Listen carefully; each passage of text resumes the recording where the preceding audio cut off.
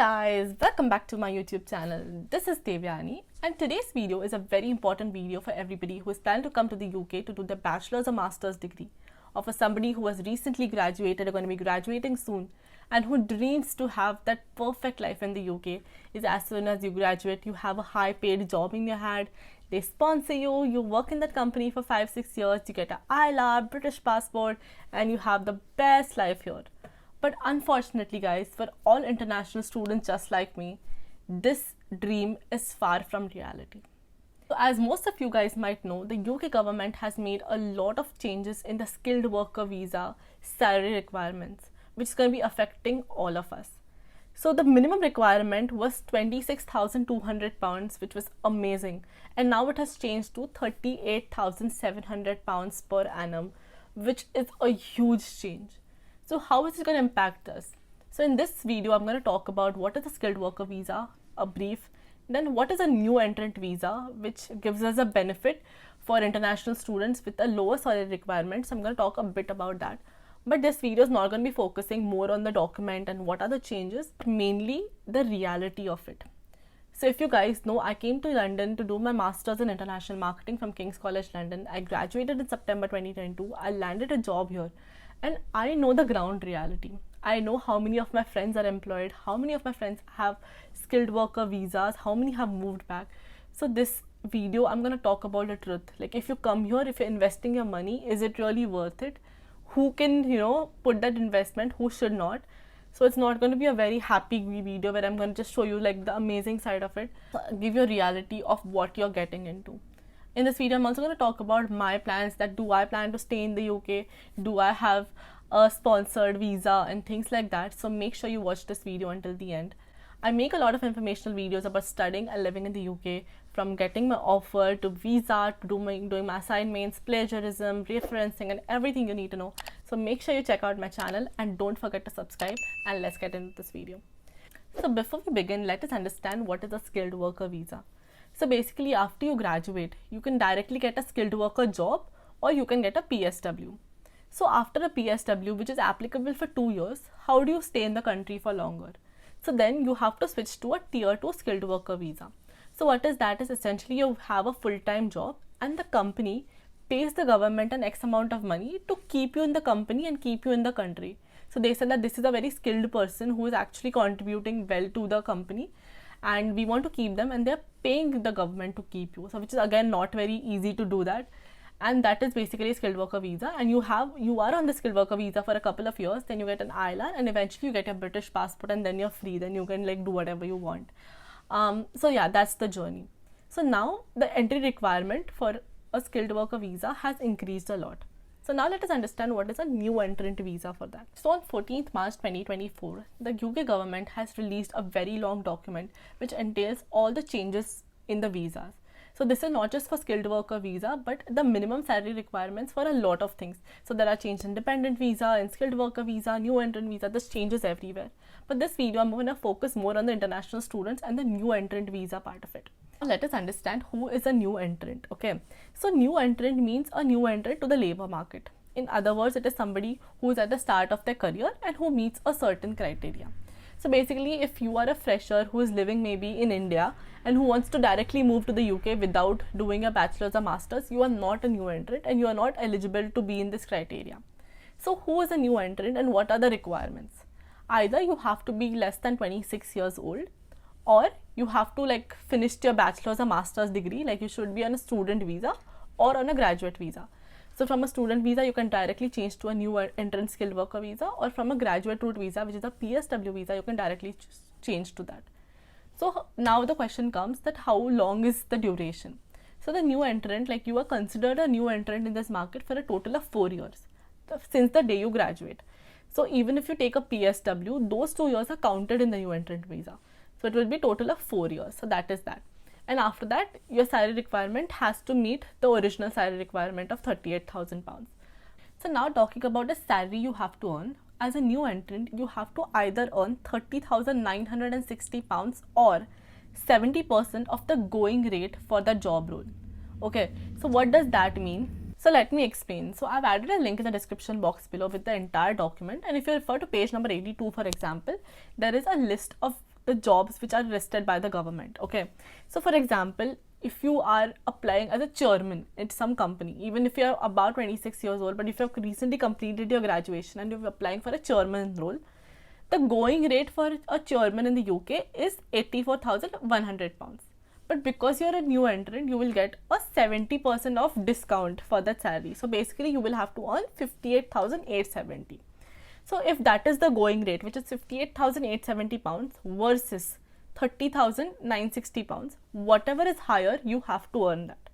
So now mostly people who come from like international countries are mostly freshers who have either 1 or 2 years of experience, internship experience and things like that.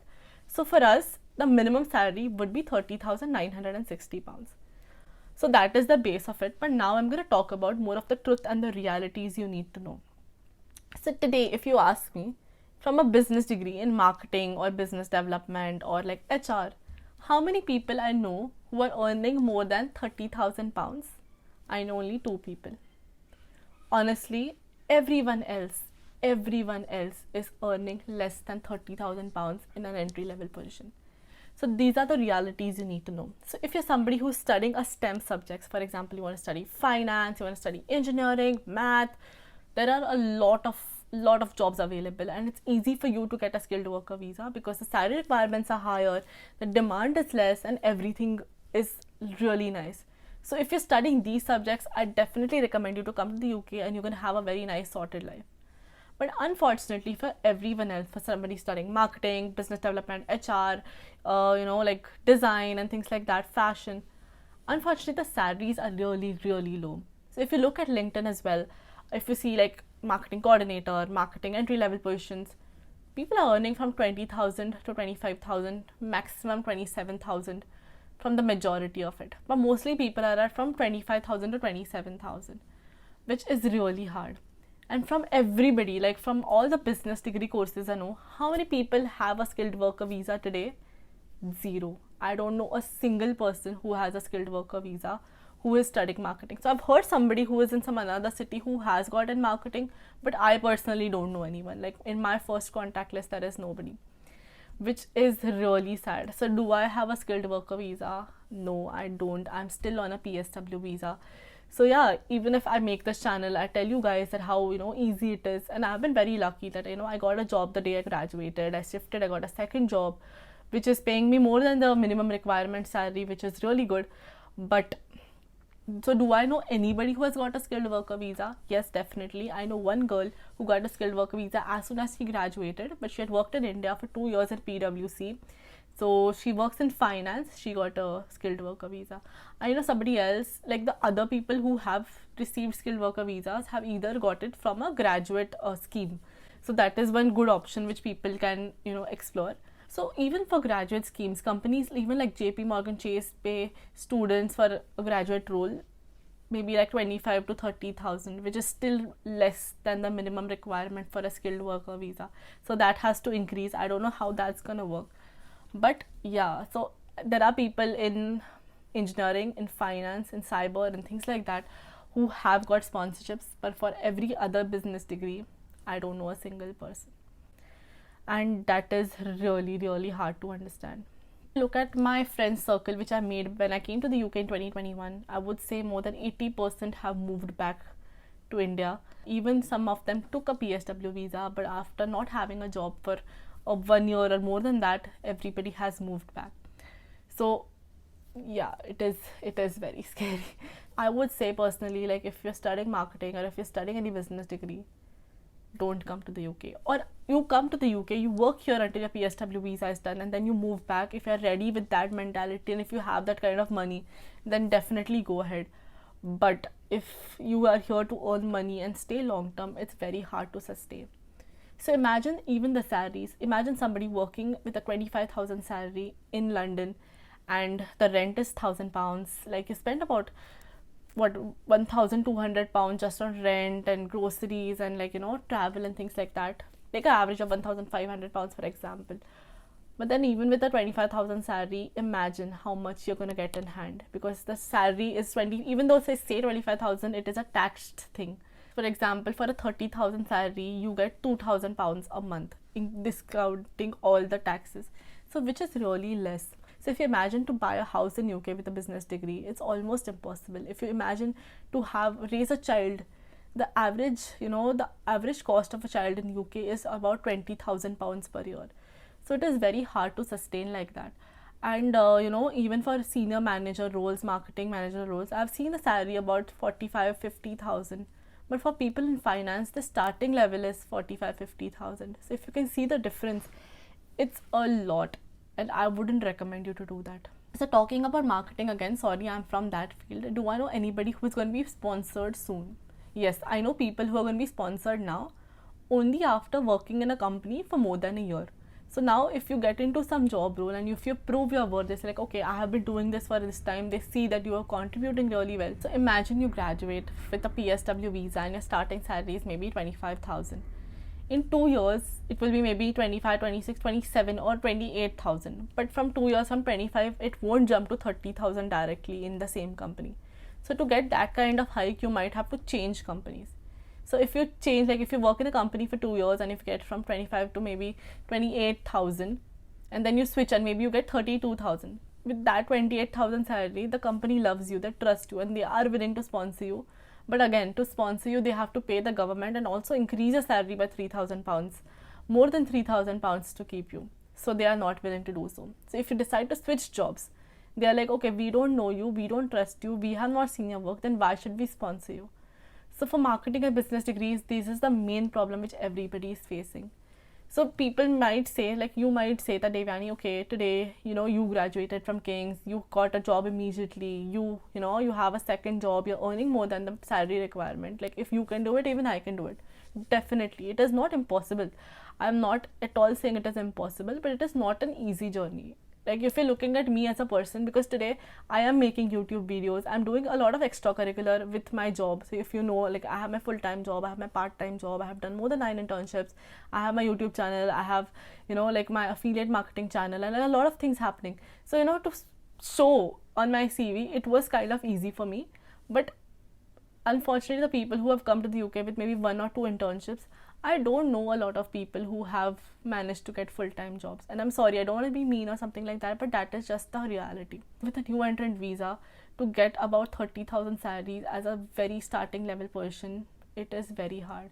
I think as an executive level position, it is still possible. So what I would recommend is maybe work in India for a couple of years. After you graduate, after you finish with a bachelor's degree, work in India for 2-3 years. Then you can come to the UK, do your masters or whatever it is, and then you can directly get into more executive or more senior level positions which pay more. But if you're coming as a complete fresher, then I don't think it's a good idea if you want to stay here long term. So now talking about all this, what is my point of view? Am I going to be staying in the UK long term? Am I going to be moving back? So guys, I am most definitely going to be moving back. For me, I think I want to do my own thing as well. I think for me, like UK has been really great. My channel is focused on that. And I'm not going to stop posting on this channel obviously, but eventually I think I'm going to be moving back to India as well.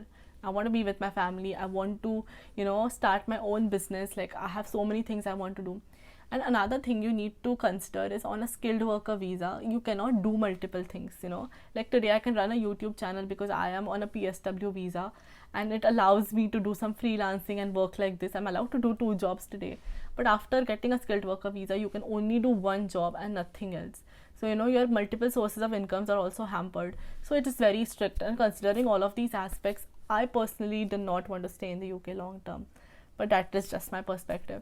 So yeah, I feel so overall, to conclude, if you're coming from a more STEM subject or healthcare subject, come to the UK. Amazing opportunities, you're going to be doing well. But for everybody else, give it a thought and see what is best for you. Thank you. Sorry for such a sad video, but I hope it was insightful in some way, and see you next video. Bye.